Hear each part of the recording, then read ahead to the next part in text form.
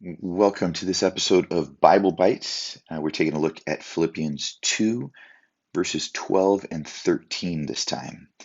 Paul writes, "Therefore, my beloved, as you have always obeyed, so now, not only as in my presence, but much more in my absence, work out your own salvation with fear and trembling. For it is God who works in you both to will and to work for his good pleasure." The first thing that I want us to notice is the overlap of language here. You've got work out your own salvation. That's an imperative, a command. But you also have the idea that God is the one who's working in you, and he's the one who works in you both to will, to desire, and to work for his good pleasure.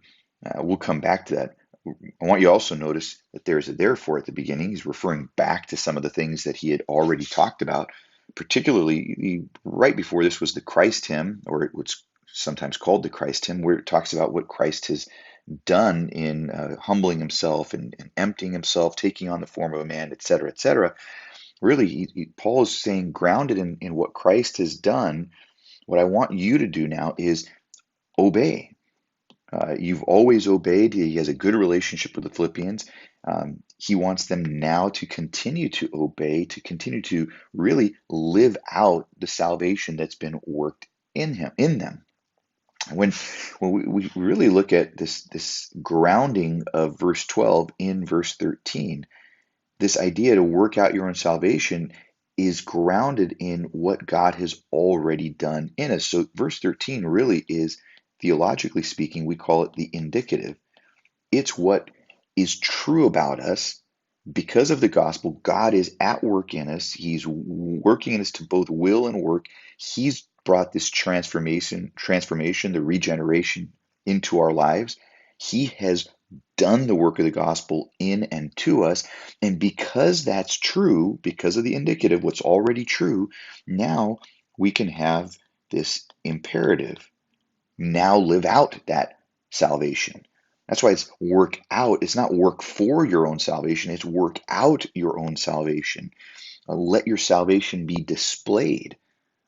Let the transformation that Christ has done take root and be bear fruit in your living. The indicative is this is what God has done in you. The imperative, now live it out. Be who you are in Christ. And what does that mean to work out your own salvation? Well, think about it. What does it mean to be saved? Remember, he just talked about the heavenly citizenship. We're no longer like those around us because we've been transformed by the grace of God. And Paul's saying, not when I'm there with you only should you be inspired to live a certain way and love others and serve others and be gospel people. Much more when I'm not with you because the gospel's already changed you. And this is a call to live out the Christian life with fear and trembling in the presence of God. God has already worked in you. He's brought the new life to you. And now he's saying, now live out that new life. What an encouragement to us. It's not we're going to work for our salvation and therefore with fear and trembling that we're going to be judged. No, no, no. In the presence of God, because he's already worked in you, now you can live out this command. Paul never asks us to live out something that God hasn't first done in us and to us. And so, as a believer, be encouraged. God is at work in you, and now you can live out of the work that He has done in you. Be encouraged and work out your salvation today and always. Until next time.